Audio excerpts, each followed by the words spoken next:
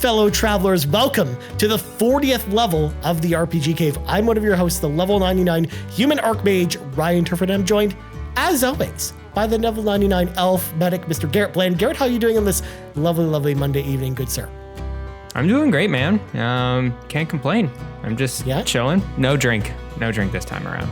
So, no drink? Sorry, folks. Well, it's fine. I'm still on the water train. I basically got it because I'm moving tomorrow morning, as you might know, Garret. And I have the last of my Brita filter that I gotta go through before because otherwise it'd be waste. I don't want to, pour it out in the sink. So I'm going to be drinking that throughout the show. So you'll probably see me with my Predator pint glass. But enough about what we're drinking. This isn't the drink cast. This is the RPG Cave. So let's clear the good dungeon of the pesky mobs. So folks at home, if you want to support the show, there's a number of awesome ways to do that. Number one, you can subscribe to us on your podcast feed of choice. We're on Apple Podcasts, Google Play, Spotify, Amazon Music, pretty much all the places you find podcasts. So check us out where you find us there and make sure to hit that subscribe button. It helps us out. Also, if you want to see our beautiful faces every single week, head over to YouTube, youtube.com/Yumi Capri. And of course, like, subscribe, share, ding, ding, ding, ring that bell. Also, let us know in the comments kind of what some of your favorite RPGs that we talked about on the show are. I think that helps us out a lot as well. Also, if you want early access to this and all of our shows, head over to Patreon, patreon.com/Yumi Capri. There's a little tip and the old tip jar, and out comes content just like our newest patron, Nagachaka, who has joined the Yumi Capri patronage. Yay. So thank you, Nagachaka, for officially joining and for signing up for Patreon and becoming. We're actually on the road, Garret, to 80 patrons. I'm actually very excited. That is awesome. That is very, very cool.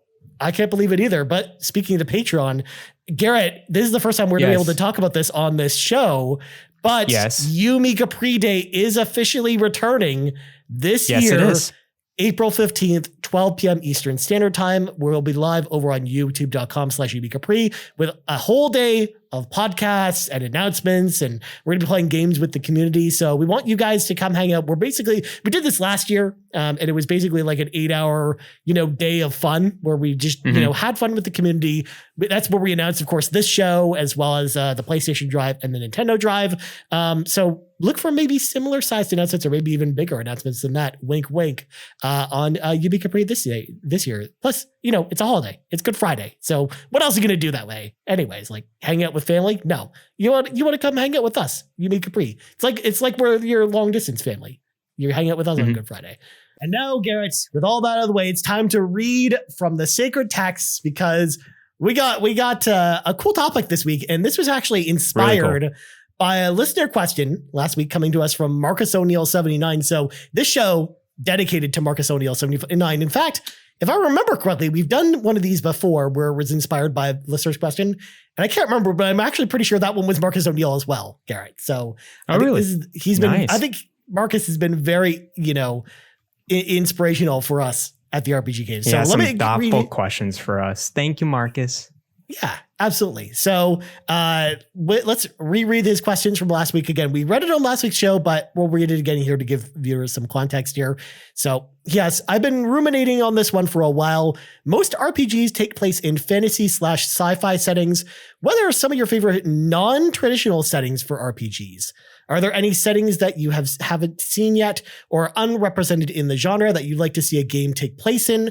I'd love to see a good Wild West RPG. So with that in mind, we're not only going to talk about, what are some of our our favorite non-traditional settings, but then we're also going to talk about some of our favorite games that already exist that take place in non-traditional settings. So Garret and I talked this out basically after we recorded last week's show, where essentially this is going to be, we're not going to do a tier list or anything like that. We're just going to go free flow with this one. And we'll just talk about kind of games that don't fall in the traditional fantasy setting or the traditional sci-fi setting, like the future or outer space or something like that. However, I will preface that at least looking at RPGs that currently exist right now, it's almost impossible to find ones that at least don't take some fantasy elements or some sci-fi elements and work them into the story.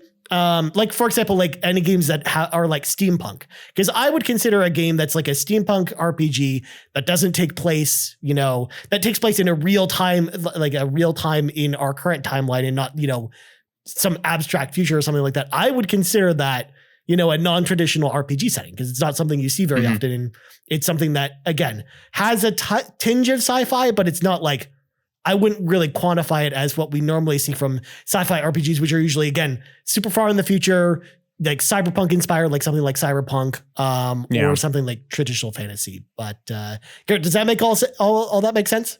That makes total sense to me. This is an awesome question. It made me really think this past week. It's like, man, what are the RPGs that are not in these typical settings? Because I always say, Witcher, Skyrim. It's like, nope, that's fantasy. You can't choose that anymore.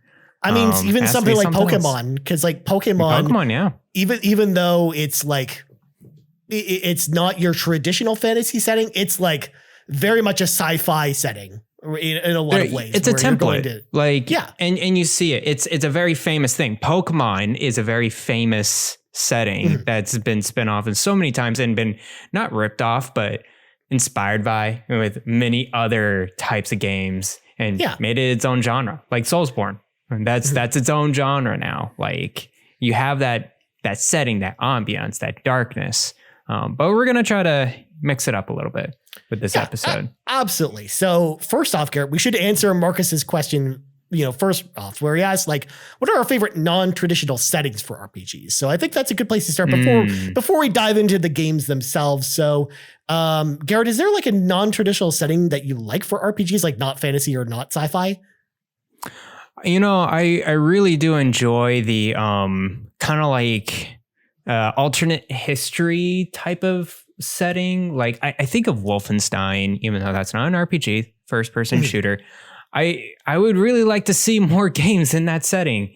I forgot there was it's not an RPG. There was a real-time strategy game that just recently came around that was in that vein as well. There's a lot of real-time strategy games that take that route, try to put fantasy setting into history or whatever. But I would really like to see that more realized, like in just an alternate history of something else other than the Nazis winning World War II. I've seen that over and over again. Let's try something else. Let's, I don't know, like the U.S. is in peril or something like that. Or maybe, I don't know. Like I would just like to see Under Earth was an RPG story taken history, but kind of just like twisted off to the side a little bit. I think of BioShock as well.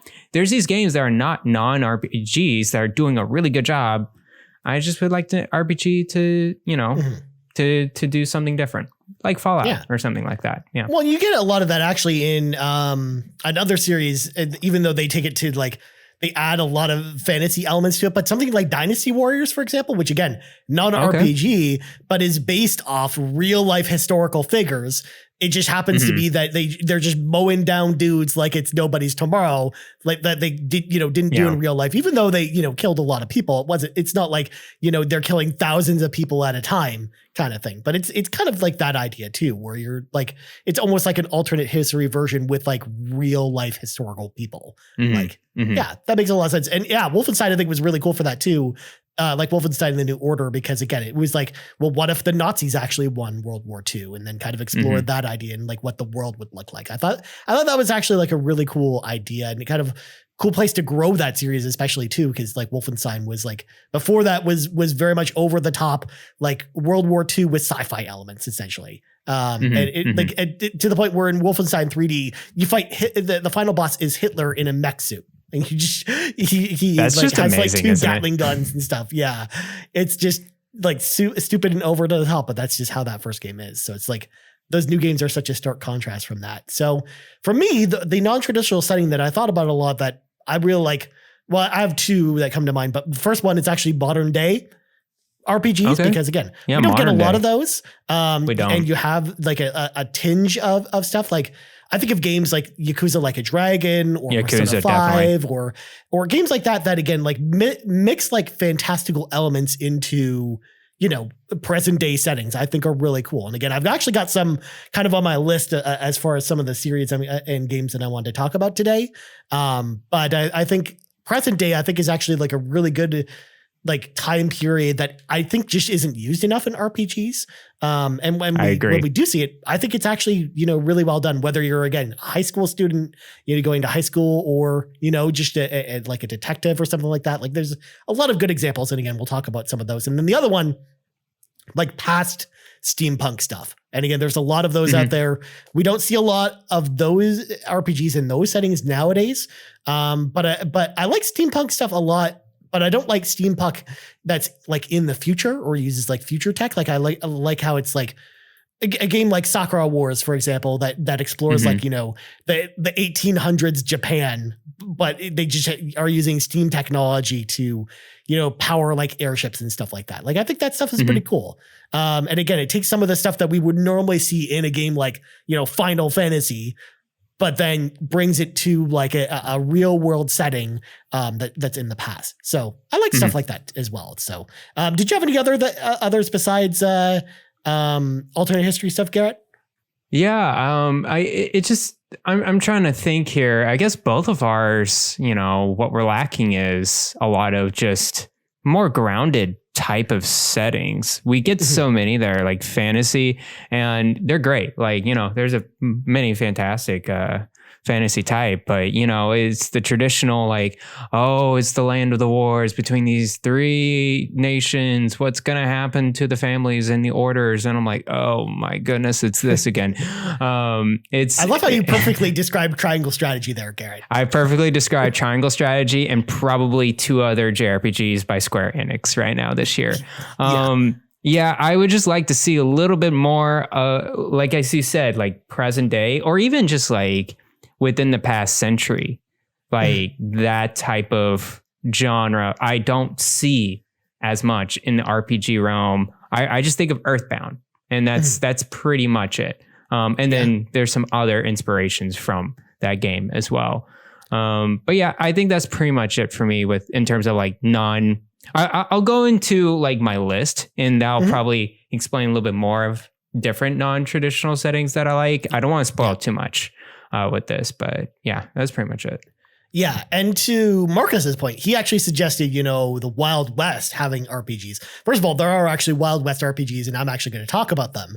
But I think that while the Wild West in particular, it's hard to do an RPG for it without it really leaning into the fantasy aspect, because of just like how the weapons work, or just how combat, existed in the Wild West. Like, for the most part, you get 1 or 2 shots in, and then you're reloading, for a minute or two. And like, it would probably be really hard to get like the dueling aspect, for example, in a Wild West game. But again, I'll talk about that in a bit without, again, going heavier into the fantasy elements and kind of bringing a lot of that stuff into it. I'm really interested actually, because again, I haven't played Live Alive yet, and we talked about it on last week's show, but there's actually a Wild West section in Live Alive, and I'm really excited to actually try, that character's story out and kind of see, how, Square Enix decided to do the Wild West formula in an RPG. I think that would be really interesting to check out. So again, I'm excited. I'm even more excited. Another reason, Garrett, to check out this game this summer. I know, like we needed another one to check out Live Alive for whatever reason. So, all right, I think we should start talking about some of these games. And again, I think for the most part, I think RPGs themselves have pretty much covered like almost any of the non-fantasy or non-sci-fi settings that I can think of off the top of my head. But so that I can't really say there's more suggestions that we can give. But I think they just, the ones we talked about, I think, most companies can like do more of. I think that's more the feedback we want to give here. But anyways, let's start talking about some games that take advantage of this, because I think this will be kind of the meat and potatoes of our conversation. So Garrett, start us off. What is one of your favorite RPGs or series that take place in a non-traditional setting?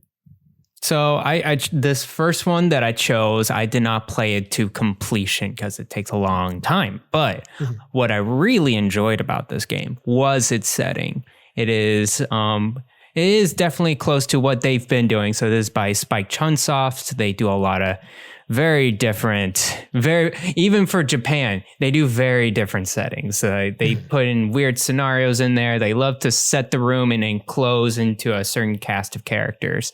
And I played this quite a bit. It was called Zenki Zero. Ever heard of it, Ryan? No, I don't know anything about this game, so tell me more. Really? Zenki Zero. So this came out, I think, I have to say 2018, 2019 on the PS4. This is a dungeon crawling first person RPG.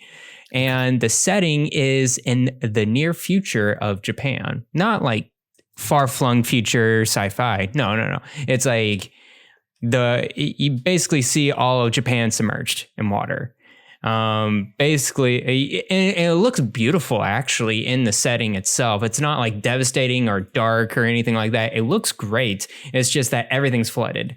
And it kind of looks like Kirby and Forgotten Dreamland in a bit, where it's just like a bunch of grass everywhere among the buildings. But there's definitely a bunch of monsters everywhere, and you're trying to figure out why your memories were lost and why you're with these characters together in this like certain piece of island in Japan. And basically you go throughout the game to figure out what happened to each and every of your character and your past memories. And there's a lot of interactions. That's what Spike Chunsoft loves to do.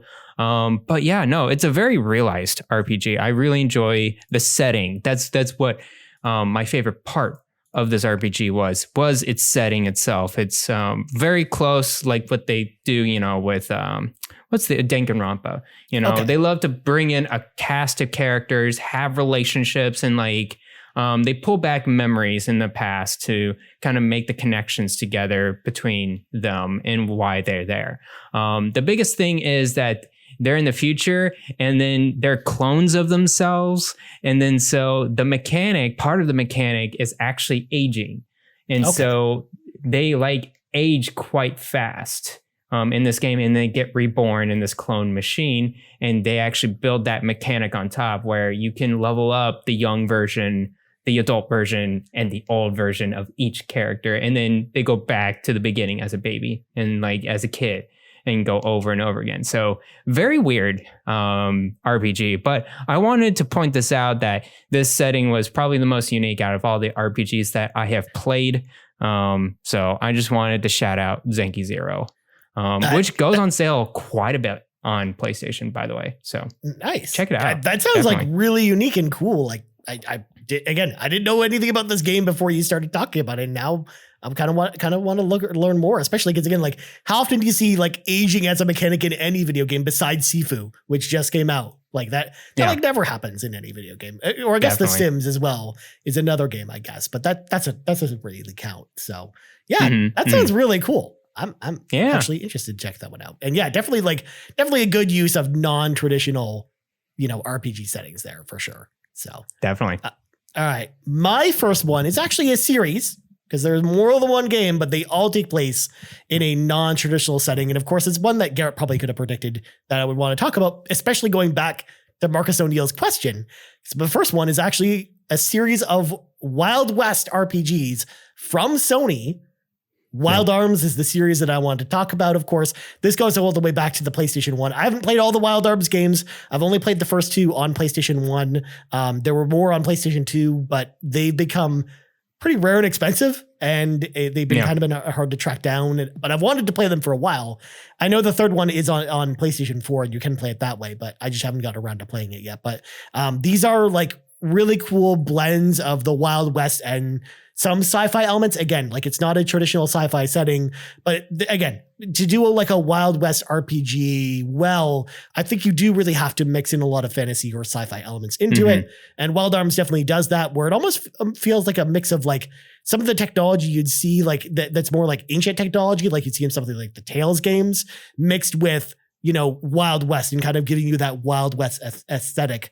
And all the games have a great cast of characters and are usually have like good humor to them and some good stories. It's developed by MediaVision, who actually does the later Valkyria Chronicles games. They basically took over that series starting with the third game. And they did the fourth one, as well as the remastered version, as well as a bunch of other RPGs as well. But Wild Arms has been a pretty awesome series since the PlayStation 1 era, and I like those games a lot. I definitely want to jump into them more. But I think like if you want like a good Wild West RPG, if you want to try and see what a Wild West RPG really looks like, you had to go with Wild Arms because it's the only one that actually kind of exists at this point. Besides, like, Pretty much. there might be some indie ones that I might not be privy to, but I think like Wild Arms is probably the best kind of set of RPGs to go to if you want to see Wild West RPGs. Garrett, have you checked? I mean, actually, they're on PlayStation 1 too. I was about to ask if you checked these out, but obviously, I'm assuming you haven't, right? I played I played a good chunk of the first one. Okay, not too much on my Vita. It's definitely a PlayStation 1 game. I played it like recently, like couple years back. I haven't gone back to it, but I definitely want to take another stab at it because I heard Wild Arms 1 is like really, really high praise for sure. Do you think Sony will go back into that? Well, I don't know. I think it's may have an announcement this week. I'm pretty. The closest they'll get is that the Wild Arms games will be available in Spartacus, Garrett, which would be awesome. Okay, I would love that. That would be really cool. Yeah, because again, they're first party titles for Sony, so. I mean, what do they got to lose? Like they don't, it's not like they lost the license or anything like that. So I mean, yeah. So I think Wild Arms would actually be a issue for them. I mean, if Wild Arms 5, for example, shows up there, like I'll be there day one on Spartacus playing that. But what's your next game or series, Garrett? All right. So my next game, you can call it, well, I wouldn't say it's an RPG, but it is a turn-based tactics game with a lot of RPG elements in it. I played this more recently as well on Xbox, actually. This game is called Mutant Year Zero. Have you heard of this one, Ryan? Oh yes, my co-host on the Game Moose podcast, like that I used to host a long time ago, Drew McMillan, used to be obsessed with this game and would tell me all about it every week. Yeah, I finished the game and the DLC of this. And this one, post-apocalypse for sure. So typical. But I think they did a very good job of building the world, especially just how they built up the animals and the animoids and how they talk and like their accents and their personalities. Basically, like the world kind of got destroyed with global warming, which is believable. And then like one like certain lab or whatever made experiments to make these kind of super intelligent animals. And now they're just trying to survive against like all the different gangs and everything around. I think it's a very good, the reason why I call it a non-traditional, it's like, it's not fantasy, it's not sci-fi. It's a tinge of post-apocalypse, but it's more realist than anything. Then you got the talking animals, like, okay. So I really enjoyed this game. This was a good turn-based tactics game. It kept me on my toes for sure. And then leveling up was really, really fun, and going around the world and getting gears and loot with all the extra perks and everything, building up your characters, very similar to XCOM. So yeah, that would be my second game, is Mutant Year Zero. I think the non-traditional setting there is pretty good. Pretty awesome. I mean, I would actually probably say like post-apocalyptic games, I would consider them non-traditional RPG settings because like, number one, how often do you see post-apocalyptic RPGs? You got that, you got Shin Megami Tensei, you got Wasteland, and what else? You got Fallout. Fallout, I guess. But beyond that, like it's not a common thing in RPGs to do like a post-apocalyptic game. Like, especially like one's maybe with zombies.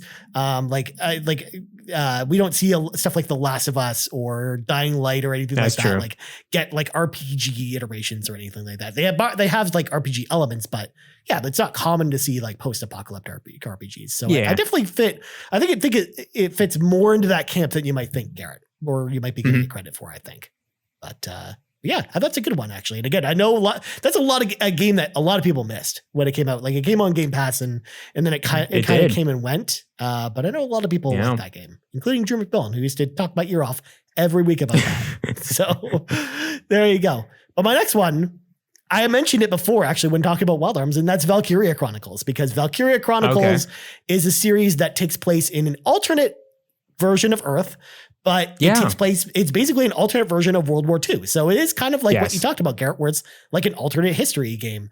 It takes the war stuff very seriously, which is something that I've always loved about the series. Yes, there are some, fantastical elements with the Valkyrie characters, But for the most part, you really don't see them most of the game. Like you're mostly fighting off, enemy soldiers or enemy tanks or taking out walls or artillery and stuff like that. Like it's more of a World War II game than it is something like a fantasy game.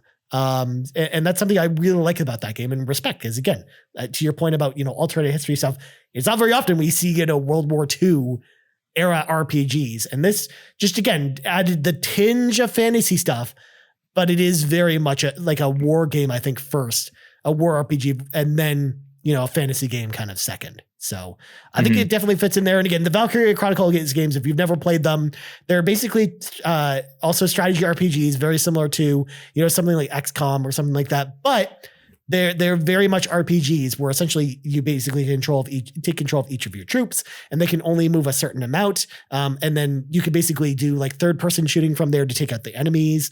And I love kind of the battle system of that game. It's really, really, really cool. So yeah, the Valkyria Chronicles games are great. If you've never played them, they've got a great, like hand-drawn art style, some great combat, some cool characters. And yeah, if you want like kind of like an alternate, universe take on World War II, but with a little bit of fantasy stuff, like this is the game for you if you've never played them. Plus they go on sale all the time too. Yeah. I've had both of these actually for a long time. I had Valkyria Chronicles 4 on my Switch since like 2019, and then Valkyria Chronicles 1 physically, the Steelbook for PS4. I played some. I don't know. Games just come and go sometimes. I definitely want to. And when I see that constantly on sale, I'm like, man, I need to go back to that one because it looks so good. It looks really, really good. They are really, really good, especially Valkyria Chronicles 4, which again, I know like barely sold any copies. I think it sold like 500,000 copies or something like that. Like way under what Sega would have wanted for that game. But yeah. It's a series though I recommend for people a lot if they don't check it out. It's also weird too because like that series started on PlayStation 3 and then went to PSP only for 2 entries, one of which only came out in Japan, which was again developed by the Wild Arms developers, and then we had it finally returned in 2019. 10 years later on PlayStation 4. So it was just kind of a weird timeline for that game too. Yeah. I wonder what they're gonna do more. Or not. We'll see. I don't know if I mean, with the mild success the series has had, I don't know if Sega ever goes back to it, which makes me sad. That makes sense. I love that series. But what's your next one, Garrett? My next one is, of course, from a developer that loves to do non-traditional settings, but they just decided to make an RPG. The Double Fine Studios or Productions. They made Costume Quest. Yes, this was also on my list as well, by the way. Nice. I specifically played a lot of Costume Quest 2, which was really, really awesome. I actually played it. I think it was Games with Gold or something like that. I think it was on there. Yeah, I think both of them have been Games with Gold at some point. Yeah. Yeah. It's actually a really cool turn-based, it's a traditional RPG with some action combat queue settings within the battle. It's very cute. It runs along with these kids. They're trying to defeat this villain that's, manipulating time or whatever. And there's a lot of Halloween themes into this game with their costumes. And I really love the art style. I really love how, go into battle. It's like full of life. They go from kids all the way to like these heroes and their special abilities. This game is very solid, a very solid RPG all around. And the non-traditional setting of like Halloween and being cartoon and kidly and friendly. It's a very cool game. I really dig its style. Ryan, what do you think about Costume Quest? I think those games are awesome. I mean, you hit the nail on the head with this one. I mean, it's a Halloween RPG. Like, how often do you ever see that? With the writing talent at Double Fine, like those games are very funny. I love how they're kind of short and sweet too. Like they really respect your time. You're not going to be there for playing them for days or anything like that. And I think they had both had really good combat systems. I do prefer Costume Quest 1 versus 2. But I do think they're both really fun games. I think one was just a tighter experience. And I just like that game. I love their dry humor. And Double Fine does a fantastic job of their dry humor. So Yeah, they always do a great job with humor in their games. So definitely Costume Quest is a great choice. And again, was on my list too. Like it was definitely a game that I would have recommended if you didn't, because I think it's a great series. But next up is a series that is long forgotten. I think that it would be I would be amazed as to how many people have many stories about playing the Shadow Hearts series on the PlayStation 2 today. So again, much to what I just talked about with Valkyria Chronicles, Shadow Hearts takes place in a like an alternate version of the 1920s, where basically you've got, Tommy guns and gangsters and stuff like that. Like it's actually like a really cool setting for an RPG. And there's actually 3 games in the series. They're all on the PlayStation 2. The third game was okay, but the first 2 really fantastic games. And again, they kind of like mixed in some fantasy elements in there with, some turn-based RPG combat, which was interesting because the creator of the series is actually the same creator, Hiroki Kikuta, who did who created the Trials of Mana and Secret of Mana games, essentially. So he was making action RPGs for Square Enix, but, one of the first games he made outside of the company was Shadow Hearts, which was like a turn-based RPG, again in the 1920s versus doing like the really like deep-rooted fantasy stuff he was doing over at Square. So I love the series of games. I think they're just very underrated because again, they only existed on the PlayStation 2. They didn't sell super well, and if you want to buy them today, they're very expensive because they've never been reprinted or anything like that. And it's just tough to get a hold of them. But I think all 3 of these games are amazing. Again, it basically uses during combat, you basically have this wheel system. I don't remember off the top of my head what it's called, but it's basically like a big clock. And where your cursor kind of lands on this spinning clock is basically how much it affects how much damage you do, but also like certain attacks are like on mapped to the wheel. So you got to kind of have to line it up, and it makes it combat feel a lot more active versus normal, turn-based experience. It always kind of reminded me of something like Legend of Dragoon, where you always feel like you're doing something in this game, even in turn-based battles. Because I know like a lot of people's complaints about turn-based battles is they feel like they're just kind of pressing one button all the time, and they're just like, coasting through the battles essentially. Whereas this game really gets you involved in the turn-based combat. And I think it's an awesome series of games. So definitely check them out. If we get them on Spartacus, I will be celebrating because I think these games are awesome.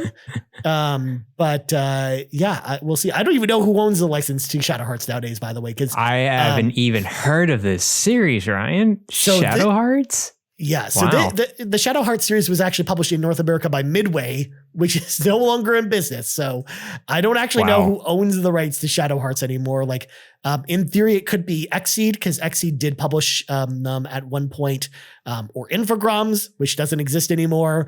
My goodness. Yeah, these games are awesome. I just wish more people would have had a chance to play them. But there's no chance the series will ever come back, unfortunately, which is too bad. Darn. Yeah. It sounds really cool. Yeah. Sorry, man. All right. All right. My next one, it's, I teeter between, is it an RPG or not? I would say, this is not, but there's a lot of RPG elements in there as well. I would say it's a tactics shooter, SteamWorld Heist. Nice. I think the studios themselves, SteamWorld and that world, they do a very good job of adding in that steampunk, but it's very cartoony, especially with SteamWorld Dig, a non-RPG, but it has that Wild West theme with the steampunkness. I think it's really, really cool. SteamWorld Heist is kind of a turn-based tactics shooter.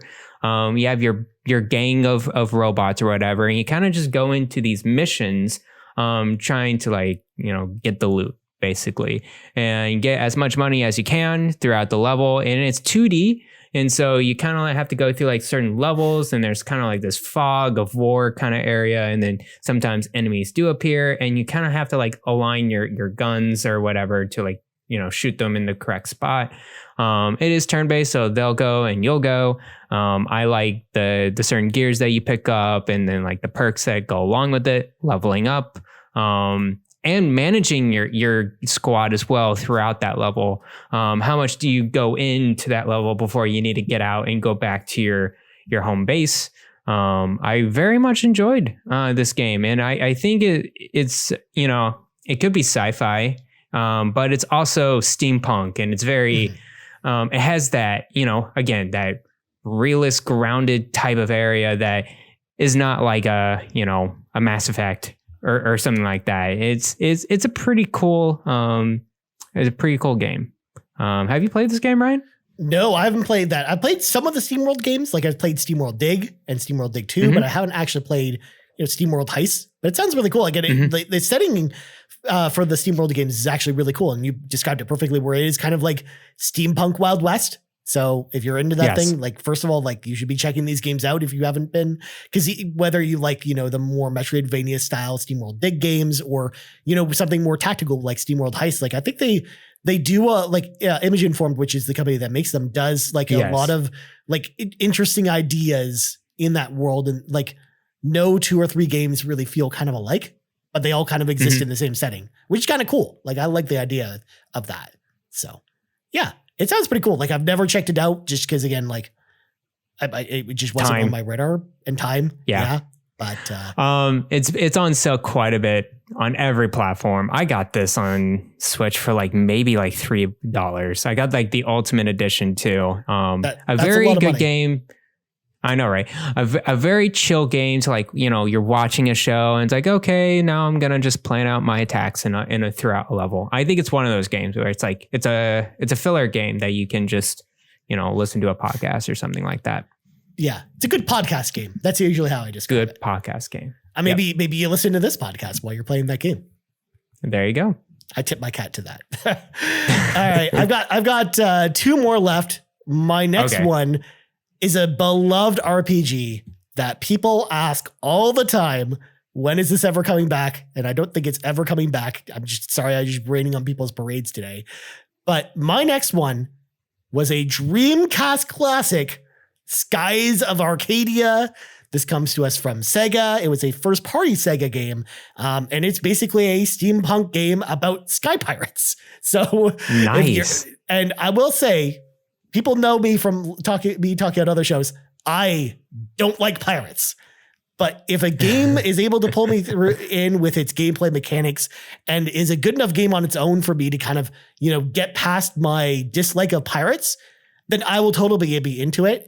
I have that same feeling with some Wild West games, for example. And Skies of Arcadia is definitely one of those games that between its, turn-based RPG system and its great story, like those elements really brought me into this game that I would have no business really liking otherwise. Because again, I don't like pirates, but man, this game made me care about pirates in a way that I've never cared about pirates before, Garrett. But Skies of Arcadia is a great game. It was on Dreamcast, but it did eventually come to GameCube with like a director's cut edition, which is definitely like, you ever were to play this game, obviously play the GameCube version. But Garrett, as you know, with GameCube prices, this is actually expensive. In fact, it is one of the most expensive games on the GameCube.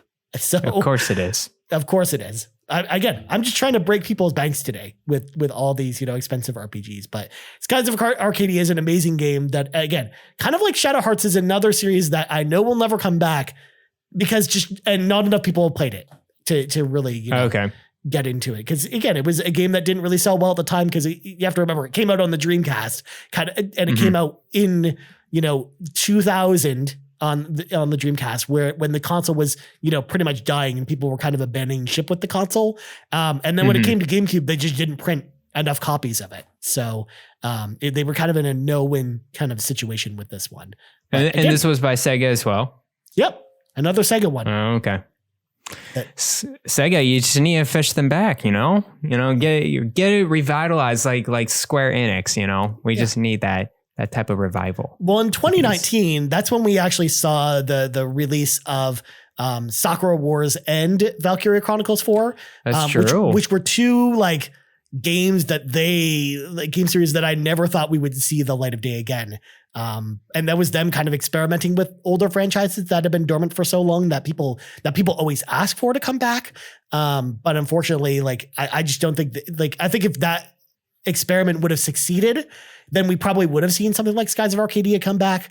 But I feel like at this point, Sega is kind of abandoned that well, even though like I wish they would just do a remaster If they just did an HD remaster, kind of like something they're doing with Chrono Cross, with like Square Enix is doing there, like if they just did that, like people would be happy with it and actually buy it. And I think it'd be at a price point where people would pick it up. And then at that point, you know, if it sells well, you make another game. But yeah, I'm afraid it'll never come back.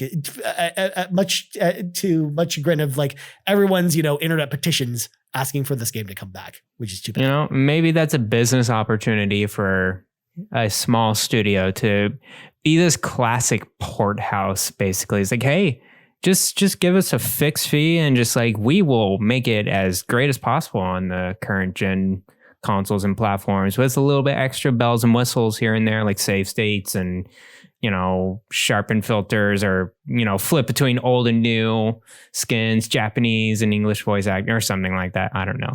It would be cool to see these older franchises that you mentioned coming back. It would be really cool to see. Exactly. All right. I got one more game.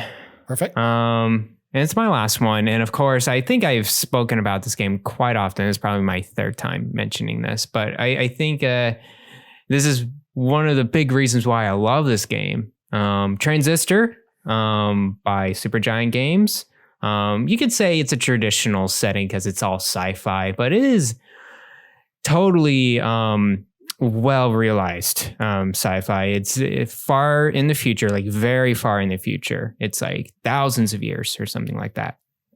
And it's happening in a city where everything's just crippling and the AI is actually turning against and basically trying to frame Red of basically, I don't want to go through the story, but basically Red has to face the AI in the end and certain characters along the way. But what I want to get to is that the way they did the art and the way they did the future of it is so smooth and peaceful. It has these pastel colors that it's like kind of like gold, but brown and like a kind of a blue, like a light blue going on. It's very peaceful. There's a lot of peaceful points into that game. Of course, it's a turn-based or a real-time tactical RPG. I think I've mentioned that before. I just want to explain a little bit of the art here, where there's a lot of times where it's chaotic. There's a lot of things going on in the battle.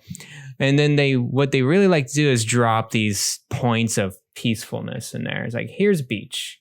Here's calming music here and there. Here's it's not a garden. It's actually just like a bunch of just made up polygons that Red is kind of flowing through. And it looks so good.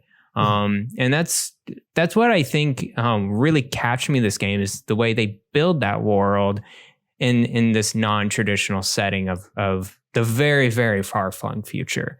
And so, yeah, that's probably, you know, what I want to mention is Transistor, one of my favorite RPGs, non-traditional setting.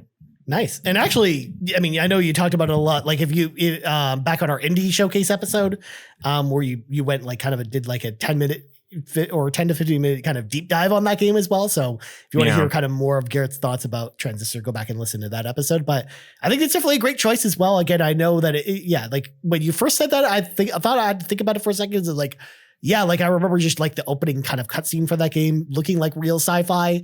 But then like the more you jolt it down, like, yeah, that makes sense. I can definitely see how you'd, qualify it outside of just the normal, traditional, sci-fi setting for that game. Mm-hmm. But makes perfect sense. Yeah, it's like, it's definitely not like, oh, you're going to go to this gang and factory and you're going to, I think of Cyberpunk. Cyberpunk was a good template shown of like a future sci-fi game, RPG type of deal. I just feel like Transistor did a really good job of like telling it a very specific future. And in the AI itself, they did a really good design, art design with the game for sure. Nice. All right. And then my last one is one that I've mentioned on previous shows before, but again, we've never really done like a specific show about this franchise or anything like that. But my last one is a game that I didn't really play until much later. I played it a couple of years ago for the first time and loved it to death because I love survival horror games. That's something that I've talked about on many shows before. Resident Evil is one of my favorite all-time series. So the fact that I didn't play Parasite Eve when it first came out makes me really sad because that game is amazing. Because if you've never played it before, it's kind of like a survival horror game mixed with a turn-based RPG, essentially. Like, again, it's also made by Square Enix. It takes place in modern day. So again, it's not like, or I guess modern day when it came out. So 1997, essentially. but still, it's not in the future or anything like that. And basically there are these like evil, like horrific monsters that are kind of pouring into our world. Similar to, again, something like Resident Evil. It doesn't have zombies, but it has a lot of, horrific creatures that you fight along the way, that like you have like giant rats or like evil dogs and stuff like that. Like more stuff that's grounded in reality than you'd think with a game like this. Also, again, there's a lot of research management that goes on in this game because, again, there is limited ammo in this game. So despite the fact that it is a turn-based RPG, you do have to manage your like more powerful resources. Like you get like grenade launchers and shotguns and stuff like that, just like you would in a game like Resident Evil. But again, the ammo that you get for them is in shorter supply. So you kind of have to manage that along the way. You have a pistol with unlimited ammo, but the pistol is the worst gun you have in the game. So managing all that stuff is like a really cool tight balance that you do throughout the game. And it's really fantastic. They did make a sequel as well. But that's less of an RPG and more of actually a traditional survival horror game. Like it's very close to Resident Evil. And then they did a third game called The Third Birthday on PlayStation Portable. That was just a third person shooter with no RPG elements. And it just kind of like wraps up the story essentially. But the first game, oh darn, Parasite Eve, is amazing. This is one of those games too that I hope comes to Spartacus, because I really hope this is one of those games that people give a chance to. That because I think also a lot of people nowadays just don't talk about this game. And I know that it's missed. In fact, the only person I ever see on my Twitter feed ever talking about Parasite Eve is Blessing over at Kinda Funny. Oh, really? Who also is a big fan of Parasite Eve as well. So yeah, I think Parasite Eve is amazing. And I hope more people eventually play it, especially if you like Resident Evil and you like RPGs, like get on it. Like this is your RPG of choice. And after playing Resident Evil 2 remake, like as soon as I put down the controller, I'm like, I wish that there was a Parasite Eve remake done in this style, but still turn-based essentially. Like I think that would be amazing over at Square Enix. But yeah, Parasite Eve, pretty awesome. Check it out. And it's on the Vita as well. Good. I will install it on the Vita. My gosh. How about that? I feel like I've just given you so many games to play, Garret. I mean, that's what you needed right now in the middle of March, right? More games to play. Yeah. I've been playing my Vita a lot more, and I'm getting there. I'm a good ways in of Tale of Hearts R. So that's awesome. Just letting you know, I beat another big boss. It's really nice when you go work out and you just get on a little bike and you can just play a little bit of Vita as you work out the legs. So that's what I've been doing. All right. Well, before we go, let's let TPR into the party with us. And TPR's got a paragraph here. So let me go into this. Oh, essay question. I love it. And just real quick, I think we kind of answered TPR's question, but he had some stuff to kind of discuss about kind of his favorite, settings for games and stuff like that, which is interesting. So TPR says, I think my favorite RPG setting is the Hunter's Nightmare in Bloodborne. This is only accessible in the old Hunter's DLC. The Hunter's Nightmare was always alluded to in item descriptions in game lore, but to actually see it implemented in the DLC and how it's a warped vision of Victorian locations that we're familiar with in the base game is quite engaging and completely terrifying. If you thought the base game was disturbing, the creatures that rampage over this portion are much worse. As sufferable as it may sound, it is my most memorable game out there. It truly encapsulates what it feels like to be in a nightmare based from your own surroundings in reality. Do either of you prefer settings that are grounded in some anchor of reality, or do you like it when things go off the rails into complete fantasy, or both? I have to say that the absolute scale and epic grandeur that is Xenoblade 2's fantasy like Alrest can't be understated. Got to get back to that game at some point. So yeah, I think we talked about this a little bit, Garret, but do you prefer when games like do the non-traditional thing, or would you prefer most RPGs just be in, traditional settings that we're kind of used to? I anchor in reality, or when it goes off the rails. I I enjoy a game that's a little bit more grounded. Not to say that the game needs to be like in present day or anything like that, but I would like to know I'm familiar with the tropes and everything. Whenever I get into a Final Fantasy game, except for 7. 7's great.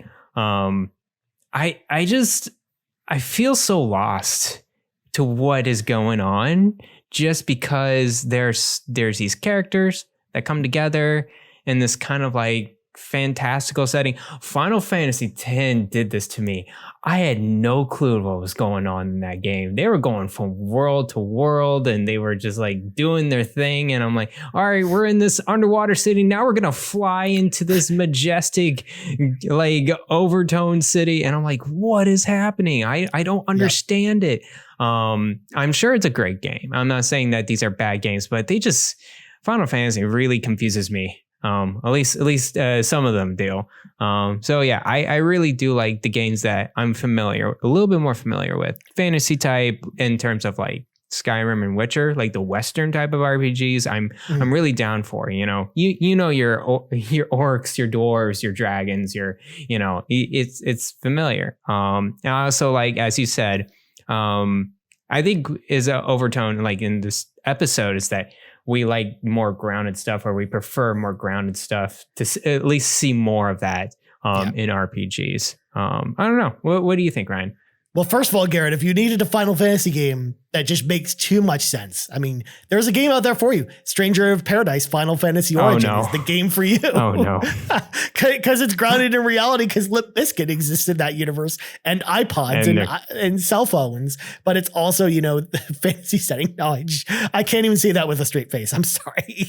But they're killing chaos everywhere, guys. Chaos. We got to kill chaos.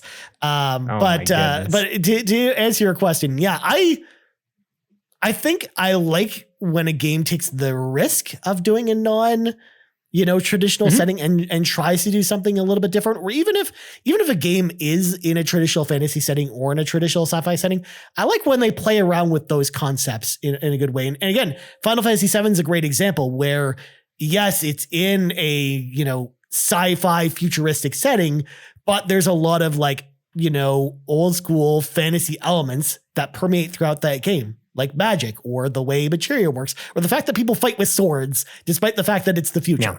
Like I like the blending of those two things together.